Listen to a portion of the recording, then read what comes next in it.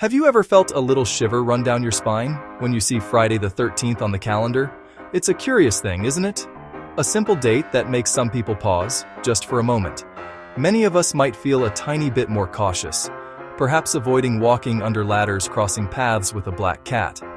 Some might even change their travel plans or postpone an important decision, all because of a number and a day of the week. Let us begin with the number 13. In many traditions, its neighbor, 12, is a number of wholeness and perfection.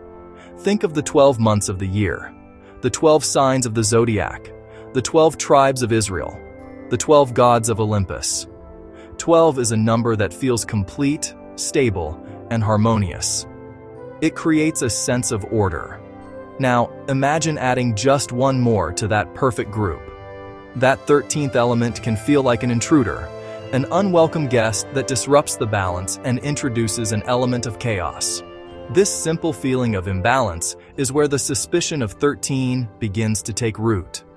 One of the most famous stories contributing to this belief comes from Christian tradition and the Last Supper. Jesus sat down to a final meal with his 12 apostles, making a total of 13 people at the table.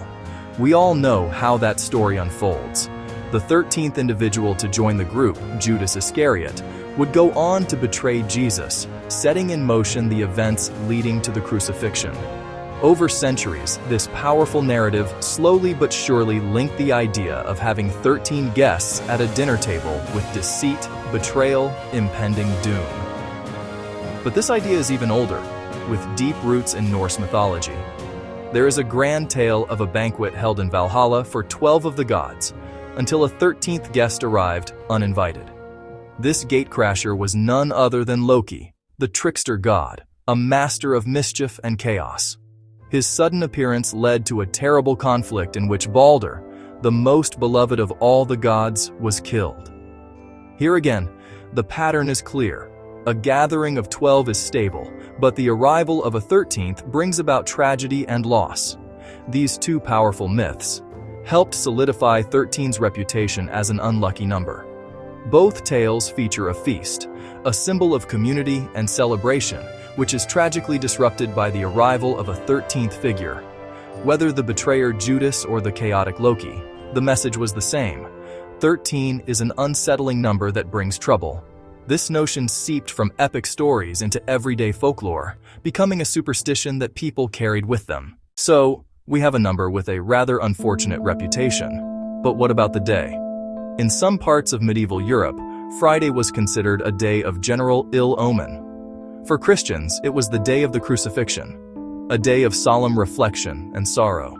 Some old texts and beliefs suggested that it was an unlucky day to begin a new journey, start a project, get married. Geoffrey Chaucer noted, "It was an unlucky day to start an undertaking." The actual pairing of Friday with the number 13 seems to be a more recent development, gaining popular traction much later. Their marriage appears to have solidified in the 19th century. Writers and journalists began to mention the dreaded combination. The idea started to spread. Two separate streams of folklore finally merged into a single, powerful river of dread. The idea became cultural shorthand for expecting the worst. A huge push came in 1907 with Thomas W. Lawson's novel, using the superstition to create a panic on Wall Street. Nothing launches an idea into pop culture like Hollywood.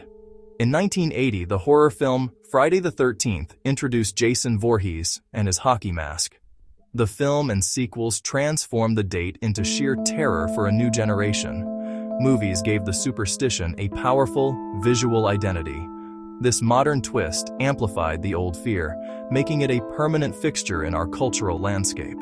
The fear of Friday the 13th is not born from a single dark secret, but has grown from a collection of stories told across centuries.